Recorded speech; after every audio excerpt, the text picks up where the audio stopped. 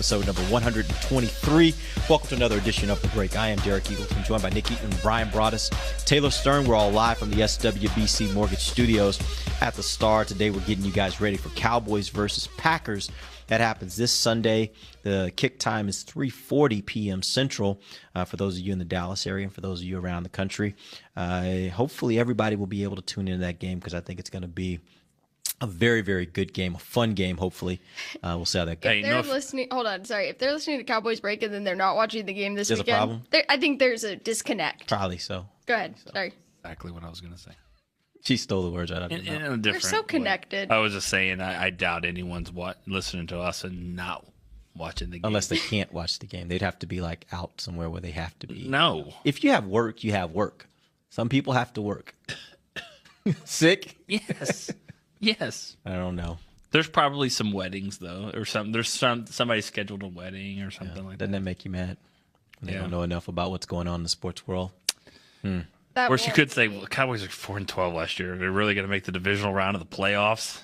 Yeah. Yeah, actually, they are. When they had the national championship here 2 years ago, that was scheduled for January 12th. And everyone was, hey, what are you going to do if you have a game on January 11th? The Cowboys have home field advantage. They were like, we'll be just fine. Like the whole year, everyone was like, oh, we'll be good. And then they went on that hot run in 2014, and they got very close and very nervous about that. Yep. I had a friend back in college. Well, actually, it was a friend of my wife's. Got married on Texas OU weekend. Now, all of us are Texas alum, including her, but got married on Texas OU weekend. And the place where she had a reception was right near Fair Park, so we could literally hear the boom of the cannons as we're sitting at the reception. That was pretty frustrating. That was pretty Who frustrating. won the game? I don't even remember. I was just pretty frustrated by the situation. Probably you then, if you were frustrated. Did you say anything?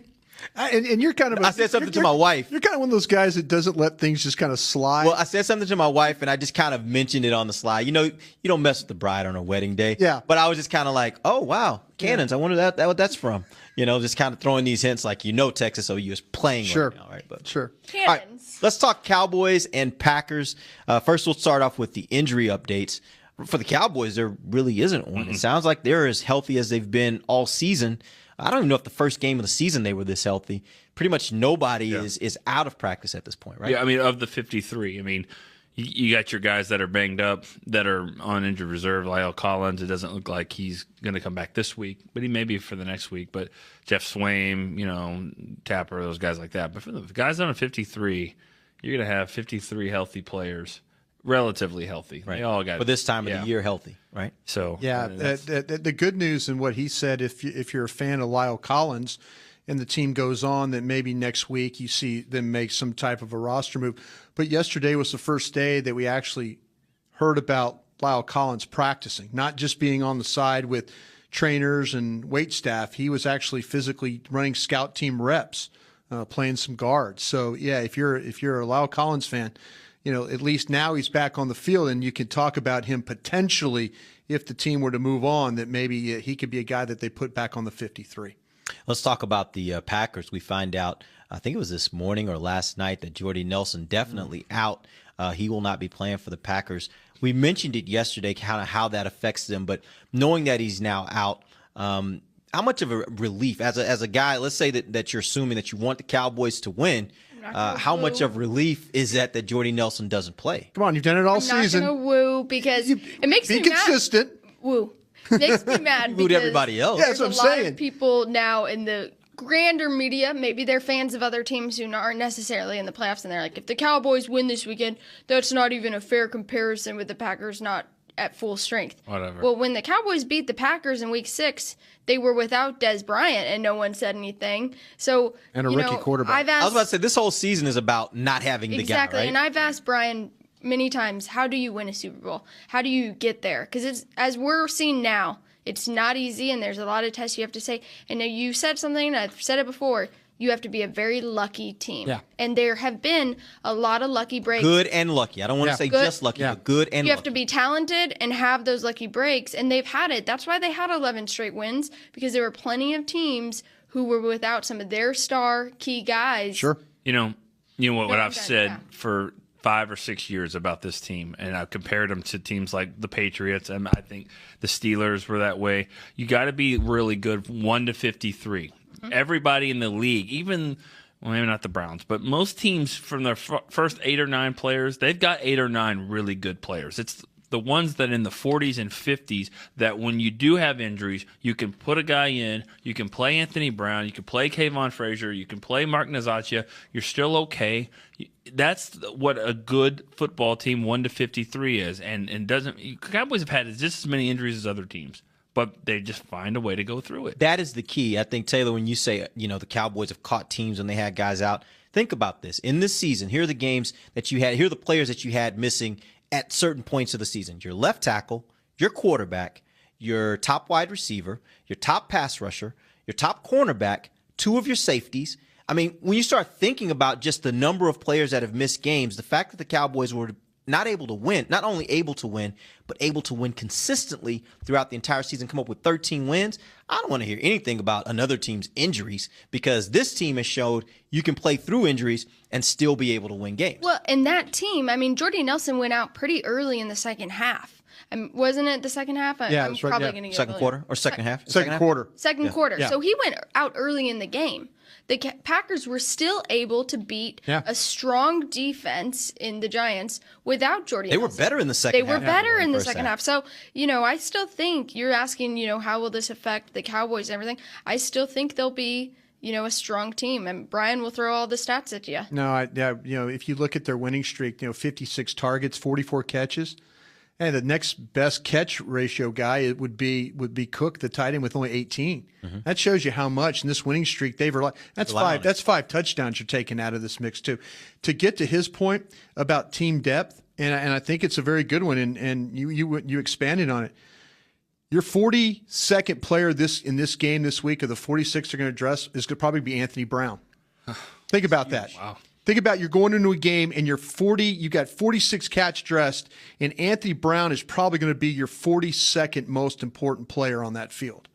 And think about what he's done all year. He's been in the 30, he's been in the 20. He's been one of the most he's stood up and had to play in this game, in these games. So yeah, it's a testament to the survival of the attrition that goes through a season, and then really the culmination of having luck, being healthy, and catching people at the right time with your own health, your own luck, and then going to find a way to take advantage of somebody else's misfortune. I'm going to ask Brian this, but everybody can answer. Since he's got Brown at 42, who's won? That's a good question. Well, Derek will argue that it's the runner. I think. I will argue. He will argue. Actually, you I'll said take that back. Tyron Smith. I would say it's the left tackle. Left tackle. Yeah. And then, then then number the runner 2, would be and then the runner. Yes. Yeah, So 2-1? Yeah, I think that I really do like what he's talking about with what they did. They played a game that beat Detroit with my left tackle that I hate, even though he played in that game. But I'll say this though. Emmett Cleary? Yeah. The thing that I think that you have to look at though, I love what you're saying about Zeke. I still think it's going to be about the quarterback. I really do. And the thing about it is though, this quarterback could either be the first guy or player 23, which would be Tony Romo. If you think about it, you got your starters. So who's your next most important sub? Probably Tony Romo. So it's either if the one doesn't play well, all of a sudden now number 23 is going to have to play well. Yeah. In case. That's just how important your quarterback position is, especially the reason why you give the Packers a chance. Their defense has been awful. They lose Jordy Nelson. Everybody's still scared because of Aaron Rodgers. Or you're nervous because of Aaron. And you've seen, I'm putting words in your mouth, but I've heard you say it before. You've seen your teams in Green Bay get to Texas Stadium because of their quarterback, right? And then get down 14-0 because their quarterback can't throw the ball on the crown. Yeah, he's too jacked up to play, not in the right frame mind, and then they can't come back and win. We did in Green Bay. We never had enough players to play against the Cowboys. We never that's and you get in the playoffs. Pick teams. If you've got, I'm going to take your 22 against these 22. Which 22 you want? And that's the problem that we had in Green Bay. Our 22 never matched up well, whereas I think Green Bay's struggling right now defensively, having a matchup with Dallas's 11 on defense. But on the flip side, the one thing that could flip it their way is the quarterback. Yeah. Brian and I had an interesting discussion last night with Andre Gerard former player, and it was talking about more so, obviously he played here and he was here in that 2007 season, but it was very interesting to hear about when he was with the Ravens and they went all the way to the AFC Championship game and lost to the Patriots. And he said, we had that game. We had that game. We knew every one of the plays that the Patriots were, going to call because we just had known them so well. Yeah. The scouting was amazing. We had that game. Our quarterback was in it the whole time. He goes, there was just a shift, and then it was over. So, yeah, your quarterback can bring you there, but it has to be the all-22. Yep. All right, let's get into a couple storylines for this game. I want to start first with the cornerback position. Mo Claiborne will be making his return. He's been out quite a bit of time, most of the second half of the season. How does he fit into this game? What is going to be his role this week, knowing that you mentioned Anthony Brown. There are a lot of there have been guys that have been out there that have been playing and playing well. How does he fit into this mix? Yeah, they're going to go with Mo Claiborne, like it or not. He's going to get thrown into the mix. If the Green Bay opens an 11 personnel, number 24 is going to be standing there at left corner for you, I believe. I think they're taking Anthony Brown off the field. If they have to go, they'll kick Skandrick inside and then play Carr on the other. Not to say that Brown won't be part of the mix, but I just get the feeling that in talking to some folks that they're confident that Mo Claiborne can line up and play and give them quality snaps in this football game. This works because of this. To me, I think it comes down to figuring out what your players can do and how they will react, and understanding how to treat different guys. If this upsets Skandrick a little bit, good. That's how he plays. He plays better that way. Yeah. If this gives Mo the confidence of I'm a starter, this was my job. You're not a backup. You're a starter. You need to be confident. Good, because he needs that. Yeah. Anthony Brown, a little bit of he's got a little bit of that Skandrick to him as well. You don't notice it as much, but he's got some feistiness to him. If this kind of irks him a little bit, good. I think that this is one of those situations that you kind of figure out how to tailor around these guys, and I think it would work well for their personalities in this case. With the cornerback position, it's a territorial position. Get off my field. These receivers, I'm going to get the ball away from you. So you're exactly right. I think it plays into their position. Jordy, go ahead. 5 years ago, 2009, maybe 6 years ago, Jenkins and Skandrick, they kept battling. And I remember the whole time of training camp just thinking, who cares? Somebody play well. This isn't a quarterback. This isn't the quarterback. This is corner. I play 60% and you play 40. I mean, who cares? Who runs out through the fire? And in starting lineups, we're both going to play. And I think in this case, they're going to have all four of those corners will play a lot. Right. Now, with Jordy Nelson out, in my opinion, the next guy you have to worry about, other than the tight end Cook, is Devontae Adams. He is a guy that can get big chunk plays really quickly and do it often in games. What do the Cowboys do to kind of limit him a little bit? I think they're going to play these cats straight up, and they're going to say, you know what, territorially, Mo Claiborne, you carry on that side of the field. Carr, you carry. If somebody, whoever's lined up, go get him. If Cobb jumps down, plays the slot because Nelson is out, hey, that's your guy, Orlando. And it's the whole thing about relying on each other. I mean, that's with our videos. I mean, it's about the whole thing, looking to each guy, doing their job, and making sure that you don't let the other guy down.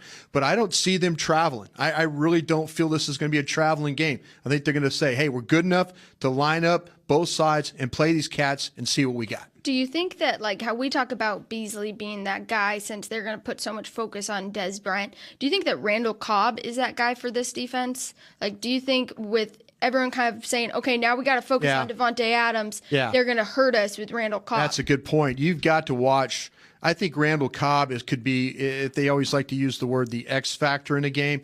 He could be the one guy that they like to line up in the backfield. They've now done it with Montgomery as being the primary running back. So they have that threat where they used to take Cobb and put him in the backfield and run him, or they put him out wide, or they put him in the slot. Montgomery's taken a little bit of that role, but they still have to worry about Cobb. In the game, you remember the 4th and 6 pass. Who did Rodgers try and throw it to? He tried to throw it on a post corner to Cobb. He still believes in Cobb and his ability to get open. That's where he brings those times he's running on the back end zone and in there. You got to watch him because he will find a way to get open, and Rodgers will go to him. All right, we're going to take our first break. When we come back, I want to hit a couple other topics. I want to talk about Doug Free on one side versus Nick Perry and Julius Peppers, and on the opposite side, Tyron Smith versus Clay Matthews. We'll do that when we come right back. This is DallasCowboys.com radio. Back to the lunch break. I'm not Derek Eagleton, but Anthony Brown. I'm not Anthony Brown either, but substitute 42nd player. Yeah. Anthony Brown getting ready. But Derek did kind of set it up for you guys. He talked about Julius Peppers and Nick Perry going up against Doug Free. You're always excited to talk about some Doug Free. Yeah. What do you think about that? You know what? Doug Free, it's going to be, for Doug Free, I always tell you to evaluate the 65 plays. That's kind of my go-to line. And I think that we have to evaluate him. I think he was awful against Philadelphia. And I think that Brandon Graham, the way Brandon Graham plays, that I think that's a bad matchup for Free. The last time when I went out and watched them, though, when you talk about Nick Perry, when you talk about the various Peppers, who he's going to face, Doug has an idea how to play these guys, a little bit different animal. Pepper's a little bit more of a slinky kind of, uses the hands technique guy, doesn't play with a lot of power. Perry's a little bit more of a power guy, but Graham is a power and explosiveness and quickness all together. So with all that being said, this will be a pretty good matchup. I mean, Doug has got to be able, though, in the playoffs, you can have one bad play. You can have two bad plays, but you can't have 5 bad plays. You can't have 7 bad plays. That's what he's going to have to avoid in this game. Do you think Doug Free believes he played poorly against the Eagles? I think he does. Then I think he'll play well. Yeah, I think he does. That's, to me, what Doug Free's career has been about. Yeah. He knows. He's the first guy to tell you, that he didn't play well. Well, he won't tell you because he doesn't talk to the media much, but he probably knows. He gets it. Yeah. But he's a fighter. That's what he is. I mean, he's got to fight. He's got a story to tell like anyone else. He's been fighting his whole career, and he'll fight and he'll battle. He's the one guy that really is looked at as the weak link of this offensive line. Of the 5, of the fantastic 5 that ride in, and out of the sunset into and save the world, he's the one that they kind of, come on, Doug, the rest are, come on, hey, make your horse go a little faster. Grab that sack while you're in your way. Yeah, exactly. So, and Doug's really kind of the leader of those guys, whether it's good or bad, whether he's like, why are you talking to that guy? Why are you doing, Doug is kind of like the dad that when you're doing something wrong, he's always standing there. Well, but he knows he has to play well. They've had playoff games before where the right tackle has not played well. Nick will tell you about the Minnesota game where they had with Doug Free, Mark Colombo, those kind of games. Yeah, I mean they went up to a superstar. Yeah, they went to Minnesota and got just destroyed at right tackle. They can't afford that in this football game. I have a question, and this could be completely left field, not even make sense, but Julius Peppers was a big-time player for Rod Marinelli when he was at the Bears, and he knows Julius Peppers very, very well. Does that help him in his preparation, kind of talking to Linehan about, I mean, granted, they've already faced him 3 times while he's been here, but no, I just don't know. In my opinion, these guys have tape on everybody. Back in the day, they know what Reggie White's move's going to be. He doesn't mean you could stop him. Yeah, I mean, they've coached Dwayne Harris. And Michael Jordan's going to do a fadeaway. Yeah. Stop it. I think that no disrespect but I'm to just saying, I didn't know. He can get the guys prepared. I think it's Doug Free that's going to have to be like, all right, I know what move he's going to be, and he's got to really – I think Marinelli's got his own problems really with dealing with Rodgers. I don't know if that helps as much. If this was Chaz Green starting at right tackle and a 2-year vet who has not seen Julius Peppers very much or seen Nick Perry play, just on tape, then you walk up to him and say, hey, listen, his best move is when he's going to try and take you inside. He's going to sell you outside, head on your foot, get all your weight on the outside, and then come back underneath. Be alert for that. That's one of his best moves, his go-to moves. I think they're more worried, even though he's on the other side rushing. I think Matthews, all you have to do is watch the tape of him the other day against the Giants and him getting around the corner, slapping the ball out of Eli Manning's hands. It goes running forward. He knocks over the running back to get the ball. Does he tend to stay on that side? Yeah, he tends to play on the opposite side. They like to move him around. I was talking with some guys, my guys that cover the Packers. They feel like, though, to help them in the running game, that we might see Clay Matthews playing inside at middle linebacker. They've done that before when they were struggling with Hawk and those guys not doing very well. They were getting killed in the run. they put Matthews at Mike linebacker, and then that kind of helped them in the nickel to try and prevent some teams from running the football. Who became the outside guy in that type scenario? Trying to think who they would use. Like they wouldn't flip like Perry and Peppers on the field together. Exactly. No. Okay. What you would probably get though is you would probably get a situation where like Jones. I'm sorry, I thought you meant back then when they did. Yeah. Right. And this today, you would see Donta Jones. Donta Jones be that guy. I think would come on the field. Yeah. All right, you guys did talk about Tyron Smith and Clay Matthews. I guess at this point, hearing what you say about Clay Matthews. I saw him last week be disruptive. Yeah. I got a pretty good feeling this week he won't be because the tackle that he'll be facing you hope. Appreciably better. Yeah. Right? Eric Flowers appreciably better than Eric Flowers is a struggle bus out there. There's no doubt about that. Right. But when you get Tyron, hey, that's going to be the matchup. Tyron has played against Clay Matthews. He understands this is a veteran offensive line. Yep. They know how all these guys play. That's going to be the thing. The thing that'll help them too is they don't have the Lambeau Field crowd yelling at them all those guys are screaming off the edge. Right. Quiet crowd, get off the ball, make some blocks. Here's another matchup I want to talk about. Ladarius Gunner, Des Bryant. Yeah. Now we're assuming, and I'm going to make the assumption, I should say, that maybe they decide to do with him what they did with Odell Beckham. Not from a standpoint necessarily the safety always being there, kind of helping him. Yeah. But maybe they decide this is our best corner in a field of corners that we don't feel great about. Right. So we're going to just try to keep him on their best guy, in which case if he matches up on Dez, how do you guys feel about the matchup? Nick said it yesterday. He's going to expect Williams, Beasley, Butler, all those other cats on the other side one-on-one to find a way to win. If they're not winning on the outside, I get 11 personnel and say, okay, Micah Hyde, are you good enough to take Cole Beasley? Pass.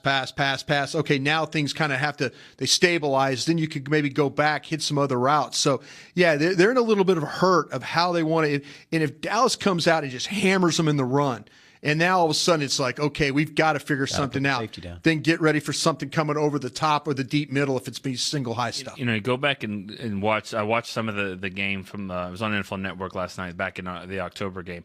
The second touchdown that Beasley had, it was a play action. Got to focus on the run, got to focus on Zeke, play action, and it was just one-on-one. Beasley was able to just really destroy the corner or the safety, and he had a wide-open touchdown. In the first touchdown, the one where Beasley goes in motion, and then he goes back, and then he goes real quick in the sprint option play, same thing.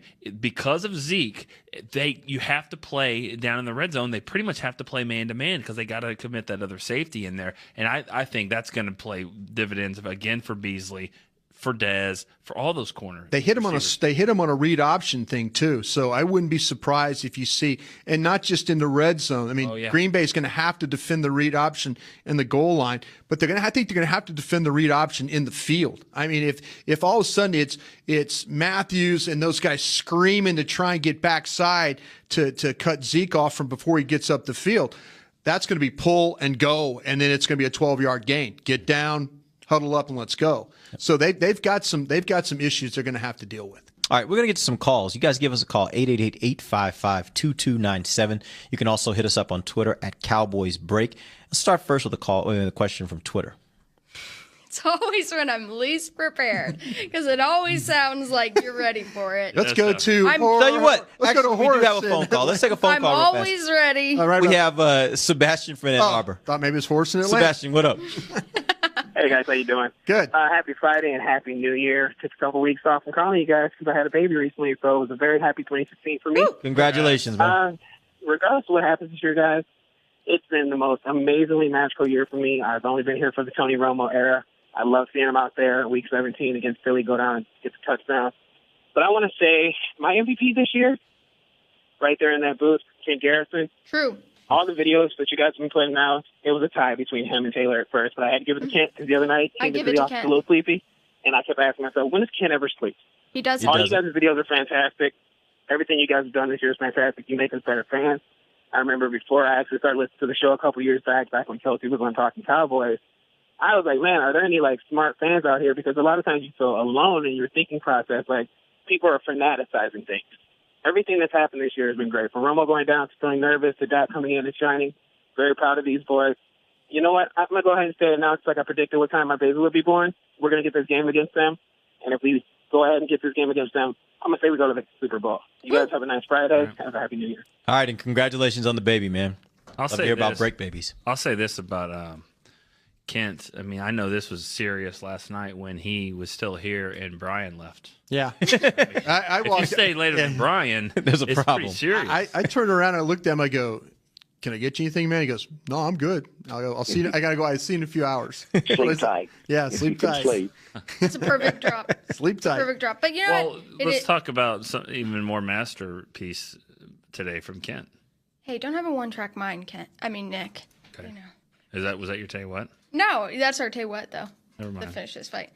But I do get why he's so hyped up, because if you see the video that Kent just dropped on everyone, you might just want to throw on pads. I mean, Nick has, he's Awesome. talking about all these inactive 1986. guys. Nick's going to be inactive this week because he's going to put on pads and try to play for this I'm team. playing. Can you see Nick just kind of all of a sudden just running from his office straight through your office area and right out of that window? Just Yeah. jump through the window Yeah, Like a cartoon and then hit the ground on the scene. field No. and start running? If I went through the tunnel, I'd be like that sound guy that went through the Vikings tunnel. It got Yes. blown up.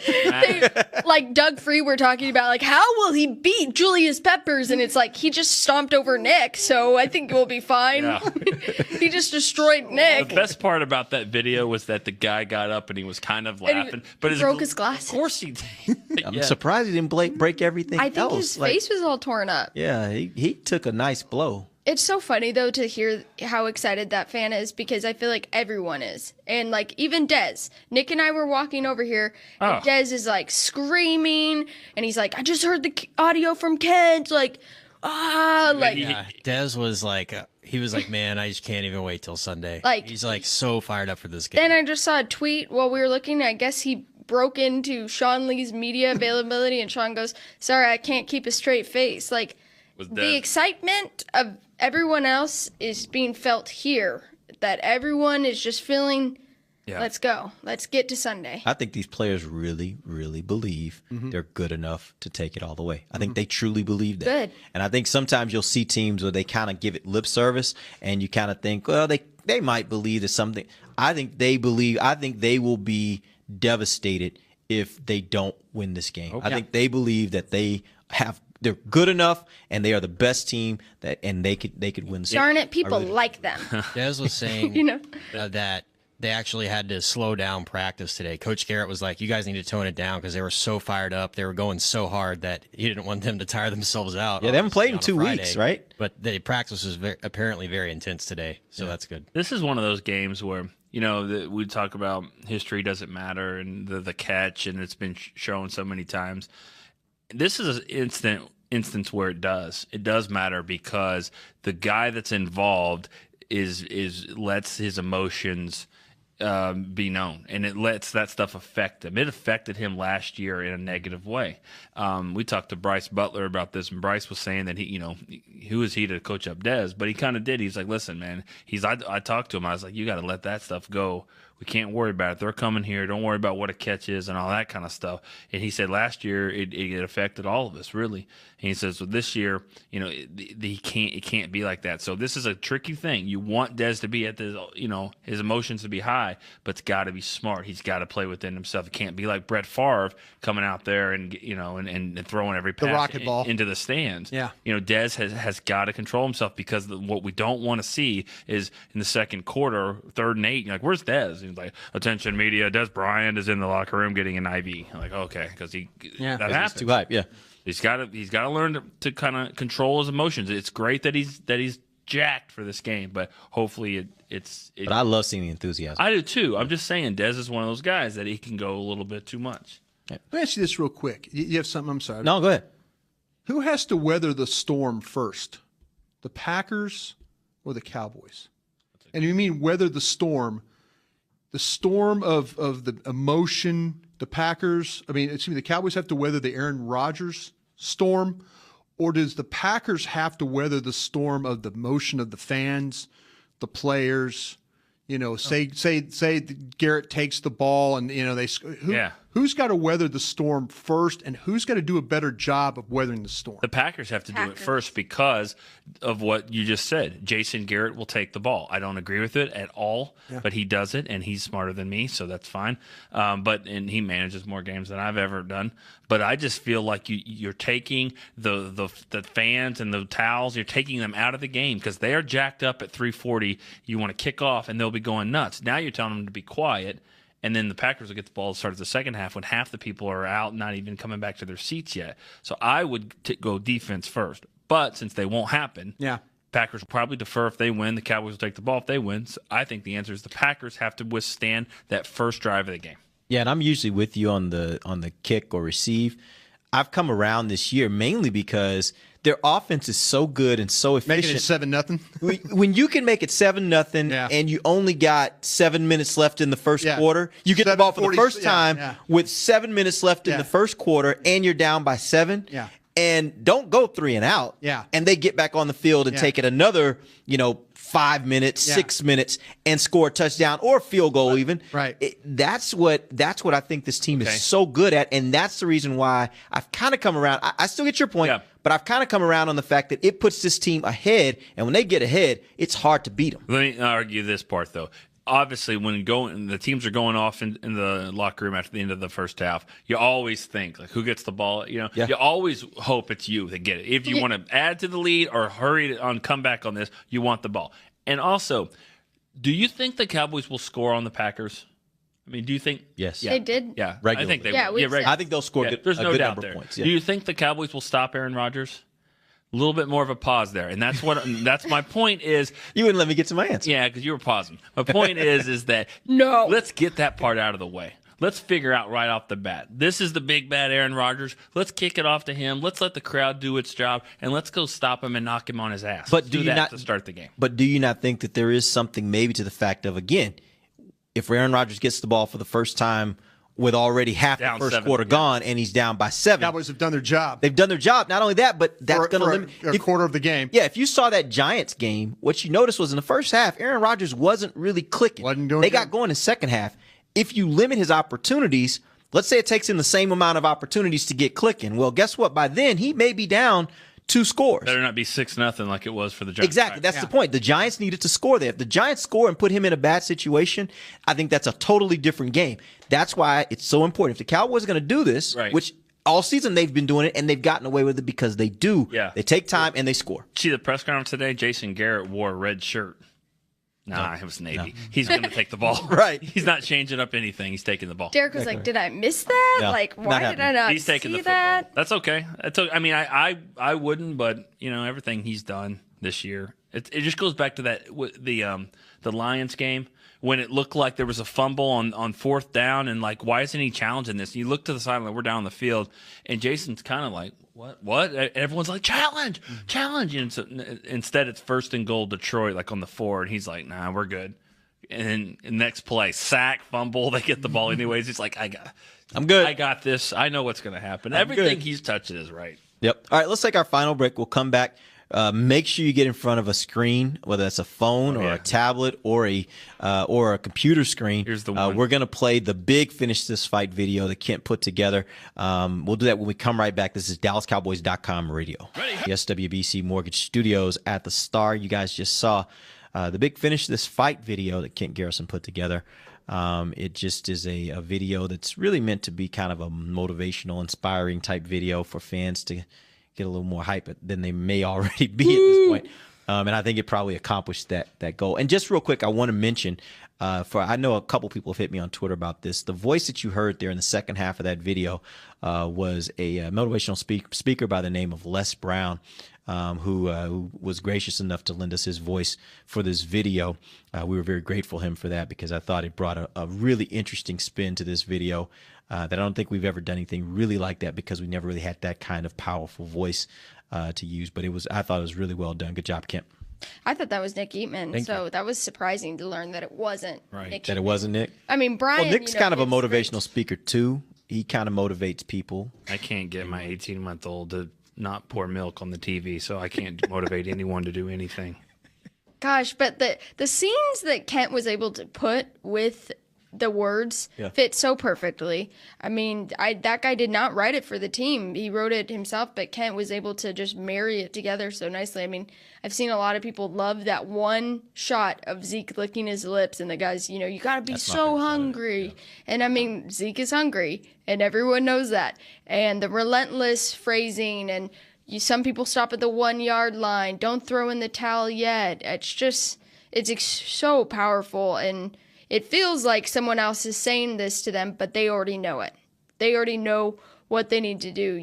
You were talking, and I kind of got confused with the question you asked before break as far as, who needs to weather the storm first, and you were just talking about who gets the ball first. But I was thinking about, we're talking about emotions and fandom and how this team had to have this utmost confidence this entire season.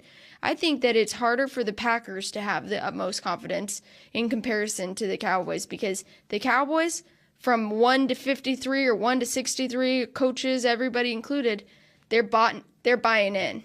And then the Packers, Aaron Rodgers had to say this extremely insane comment when they were 4-6, hey, we're going to run this table. He had to drag them along and say, we can't be done yet. Whereas this team has been feeling that since August 25th when Tony Romo went down.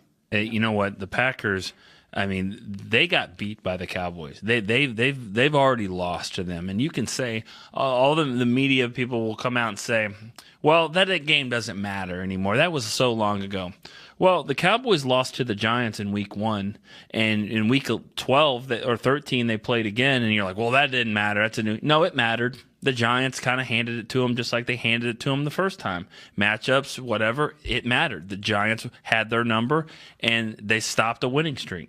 So the Cowboys have had the Packers' number. They kicked their ass the first time in Lambeau without Dez Bryant. Here they come again. They're hot. Here's a stat real quick. There's 5 times this year. In the NFL, all this parity, I think 2 wins in a row is you're feeling good about yourself. It's kind of a streak. If you've won 2 in a row, you're doing well. 5 times this year, a team had come in and played the Cowboys that have won at least 2 games in a row, including the Packers, and they beat them. The Bucs were another. The Redskins. They've done it 5 times this year. So, yeah, they're hot. That's great. But, this is the time of year when you kind of can cool down. Yeah. Well, I remember we were all saying when the Cowboys were going to go face the Giants, man, this is not the same team that the Giants faced week 1. Dez wasn't really hot. Zeke barely had 40-something yards. That's the same thing. It's the same narrative. Yep. All right, let's get to some questions. You guys call us 888-855-2297. Again, that is 888-855-2297. You can also send us your questions or comments on Twitter at Cowboys Break. We'll start first with a question from Twitter. What do we have, Taylor? Well, everything the Cowboys have been through these last 2 years make the difference Sunday.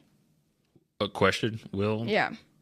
No, I don't know. I don't really think so. I don't think it'll make the difference. I mean, I think if they're better, they will win. And I don't know if that's really what they're saying. I mean, I think some of that stuff with Dez and all that will play a factor into it, but I just think it's going to come down to if they're a better football team Sunday and they don't make mistakes, if they don't beat themselves and give Aaron Rodgers 1st and 10 on the Cowboys 19 because of a stupid turnover, then, if make them go and you play your game, we'll play our game, we'll be better than you in 60 minutes. I think I get what the question is, though. It's kind of saying, like, will that, be the difference? Does that make them a better team? I think it's what motivates this video. I think it what motivates them pregame, but the roster's better.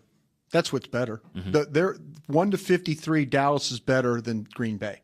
That's really what's going to be the difference in this football game. And we talked about it when we opened this program. That's what it is to me. I mean, because there's a lot of things that they do very well. There's a lot of things that Dallas does very well. There's some things that they're really poor at that Dallas could take advantage of. But the flip side, Green Bay is in the same boat. But I think when it's overall, the 46 that address for Dallas are better than the 46 that are going to address for Green Bay. Now, is it going to be will Jason Garrett, Scott Linehan, and Rod Marinelli be able to outwit McCarthy, Bennett, and Capers? That's where this thing is going to fall down on. And 2 years ago, I don't think that was the case about the 46 being better. Yeah. I think the Cowboys struggled there. They had guys you hadn't heard of like Devontae Adams, and the guy who caught the touchdown to win the game, I still don't know who that was. I forgot who it was. It doesn't matter. Yeah. If Rodgers found him open. Yeah, just a hurt, injured, wounded Aaron Rodgers on one leg. Go back and look at the starting lineup for Dallas on defense that day. And Nick even talks about is Sterling Moore having to play a key role in the game right there. You're better equipped to handle what Green Bay is going to throw at you. I don't know if Green Bay is better equipped to handle what you're about to throw at them. The Cowboys lost their middle linebacker in that game, early, right? Didn't Rolando McClain just kind of have him? And remember, if you remember correct, we were watching Hitchens before the game. That guy battled through that game, battled through that season, but he wasn't right. I mean, he was not right. No. So they're definitely coming in here much healthier at this point across the entire 46 than they were in that game. No doubt about it. All right, let's get a question from Mike in D.C. Mike, what up? Hey, what's up, folks? How you doing? I'm back again. Can't get rid of me. How y'all doing? Good. How are you? All right. So I had a question. Two questions, actually. Over under Ezekiel Elliott gets 35 touches. And also, Kent, I remember the first time I called, you thought I was trying to take your job, man. With all due respect, man, how the hell can you take your job with all this greatness you're doing with the video production, man? I just want to say let's just continue to fight. And, that's it. What's the over and under? Zeke Elliott gets 35 touches. And I sit back. And one last thing, hey, Derek, after the Super Bowl, man, I want to know if, I'll pay my way to even come down there to the Cowboys facility. And I just want to just talk to you and Kent for 2 minutes and just see any way, I can add my 2 cents to the video production greatness. Thanks, man. Thanks for the call. We might actually, you might want to get the resume ready. Kent keeps doing these videos. Someone's going to try to steal them anyways. So. We're not letting Kent go anywhere. If I have to chain him to this building, he's not going anywhere. Leverage, Kent. Leverage. Keep that. Make that a... He's not going anywhere. It's leverage for Kent. 35 touches. 35 touches. Over, under. We'll have to ask Gary Brown pregame show. Tune into the pregame show. To me, I think that going into the playoffs, I think every game this postseason, I would be disappointed personally if Zeke has less than 30 touches. 35 seems a bit high for any player, but if he has less than 30 touches, I will think that they are underutilizing him. I think this is the time you pull out all the stops. I think if it were up to me, he stays on the field. Unless he needs a break, I'd take him out for a break. That would be a couple plays, maybe 3 plays, and then he's right back in there. And at that pace, I think he gets to about 30 touches, catches and runs. I just think it's I like McFadden to give a handful of carries here, not that many, but way more than I did with Alfred Morris. I just think it's completely night and day as far as moving the pile and all that. When McFadden's in there, especially the way his type of running style and how quick he can be, I think he can provide a little bit of a punch there, but not too much. I mean, it's a quick break. I'm not a whole series. I just want a first or second down thing. That's fine. If it's 3rd and 2, get back here. Tell me if you guys see this. It seems to me like every game Zeke gets lost in the second quarter. There is that series where they let him out. And then at some point in the second quarter, usually the last possession the Cowboys have, they're going to be in nickel. I mean, they're going to be in 2 minute, which means that you're going to have Dunbar on the field. So it seems like in the second quarter of games, no matter what happens in the first quarter, for some reason to me, it feels like in the second quarter he gets lost. Do you guys see Think about that though when they go think about if they get the ball at the end of the half for 2 minutes and then they put Dunbar on the field and then the other team gets the ball like Nick says at the start of the second half. You don't feel like you see Zeke until middle of the third quarter. That's exactly right. And I don't disagree with you on that. That was one of your questions the other day. You were not on the show. Okay. Dave brought that up. Right. So I went and looked at the stats to see, do they get outscored in the second quarter? It's actually the most lopsided. They're most productive there? Yeah, they're like 146 to 90 or something like that. But I agree with you, though. I do feel like that he gets let's be honest here. He hasn't played in a month. It's time to load the wagon up and go. I mean, that to me is make this a physical game for Green Bay to have to deal with. Wear their ass down and see what their rotation looks like. Right. Let's see you all right, Morgan Burnett, let's see how many times you want to tackle a 225-pound guy. Okay, Clinton Dix, let's see how many times you want to tackle this guy. We get the drop once. I mean, just I just make it work that way. Maybe it's not in the drop. I don't have it on here anymore. It's not droppable. No. It's not. It's you say it, but and then we'll make a drop out of that. I do have this. though. That's Mickey. That works. That's pretty great. That works. That's All right. pretty great. Let's grab another question from Twitter. Yes, people are asking about Sean Lee. Obviously, he did not play in the 2014 playoffs. How much of an impact will he be able to provide to this game with the special season he's had? Yeah, to me, there's two linebackers you need to keep an eye on, and Sean Lee being one of them. Justin Durant is my second guy. I think that's going to play a factor in this football game. But yeah, Sean Lee. Let's see if the inside three from Green Bay can handle him in the running game when it comes to going and getting the football. You know, if they all of a sudden it turns into three-man rush, Sean Lee being the fourth rusher. Let's see if they, in fact, how many times Sean Lee can pick and get somebody else home. Or let's see him slam a guy and get home himself, attack in the middle of the pocket. I think Sean Lee, talking to him the other day, just sitting down, he's having a sandwich, and he's saying, you know what I say, the preparation for the guy, he goes, oh, yeah, this guy, to have to prepare for Rodgers, you have to be ready for pace. You have to be ready for him snapping the ball. You have to be ready for him trying to draw you off sides. There's all these things you have to worry about. But he goes, you can prepare for this guy. You can beat this guy. And he's excited about that opportunity to get to match wits with the guy. Yeah. You know, and you mentioned about him kind of coming and bringing some pressure. Yeah. What he does best, even beyond that, is really those plays where he gets those tackles for losses. How many times have we seen him do that, where he kind of finds that put him seam, behind the chain? He's behind the line of scrimmage. Yep. He makes that tackle, and that makes a big difference. Second down, third down, first down. It changes the whole complexion of the drive for the offense, and especially for an offense like this. If you can get him behind like that, I think it's always helpful. They had a situation, if you remember, Anthony Brown, they threw a swing pass that went to the flat in this game they played. Swing pass, it was -6 on the play. Next thing you know, it's 2nd and 16. Yep. And Green Bay doesn't get, they can't convert. They get another sack. I mean, those are the types of plays. It gets the defense going, it gets the crowd going, and then it makes Green Bay have to make a play on a large down situation. Right. Let's take another question, Taylor. Can it be Sunday already? That's a couple of questions I'm seeing. I don't know if we can work that out. Maybe Nick has some pull on that. I don't have that. I don't have motivation. I don't have anything. I don't know why you keep. What are we doing here? I don't know. I'm sorry. I'm not. We just go to AT&T Stadium like Claudia Castillo. Is it time to predict? Actually, it is time to predict. Let's get to some crazy predictions. Crazy predictions. Taylor, why don't you start first? Yeah, the Cowboys are going to win this game. I definitely predict that, and I predict Terrence Williams has the highest amount of touchdowns for this team currently with 3 touchdowns in the postseason. Yeah, you're right, scoring. And Des Bryant will join him with 3. So Des Bryant will have 3 touchdowns this game. Yeah. Like it. That's crazy. It is crazy. You got to be bold to be a winner. Score? The score, I'm not going to steal yours because I already know which one you said. I'm going to say 28-17. My crazy prediction, I keep thinking of 2 guys. Remember back in the week 1, I said Barry Church is going to have something that's going to involve Barry Church. And it didn't happen until week 2, but whatever. I got 2 guys in mind. And I couldn't pick between the 2, and they have the same name, so I'm going to go with both of them. Anthony Brown and Anthony Hitchens.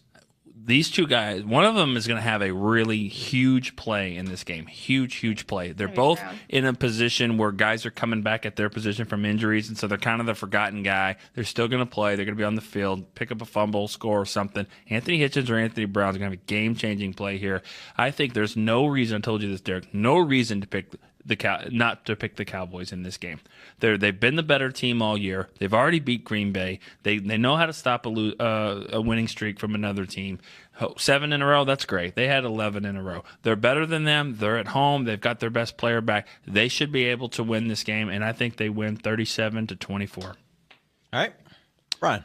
I'm going to say this. We were talking about Sean Lee earlier, and this will be his first playoff game for the Dallas Cowboys. Sean Lee almost had an interception, if you remember, in the game that these guys played last time. Ball got tipped up in the air. It was going to be a pick 6. I'm not going to say Sean Lee's going to get a pick 6, but I will say this: Packers are going to be driving for the go-ahead touchdown, down by 4. Sean Lee is going to make the interception. It's going to be a tip ball, go up. He's going to get the interception, though. It's going to end the football game for the Cowboys. I'm calling it, like I say, a 4-point type of a game. Maybe the Cowboys, it's a 31- to 28? 27. Yeah, 20. I mean, but it's going to be they're going to have to have a touchdown. I'll go with the 20. I'll go with the 27. I'll say that. 31-27. I'll go with the 27. 31-27. Sean Lee with the interception to seal the game for the Cowboys to go on to the NFC Championship. And then you're crying. I'm here at the start crying. But you'll be crying, yeah. I'll be crying, yes. And I'll film He'll be that. emotional. I'll be emotional about it. Bennett Like will Collins be in the really air. emotional. Bennett's going to be at the game. He'll be very emotional. All right. The funny thing is I picked the exact same score, 31-27. Yeah. I think Cowboys win this game. I think Cowboys come out hot early. I think Rodgers battles back throughout the game, but I think it's close down the end. I think, and I've predicted this before, I'm still waiting for this to happen because I think it's going to happen. One of these defensive ends, I'm thinking maybe David Irvin is going to create a sack fumble, and it's going to get returned for a touchdown. Defense, I think, scores at some point in this game. I don't know how, but they're going to score at some point in this game. Have they scored this whole season?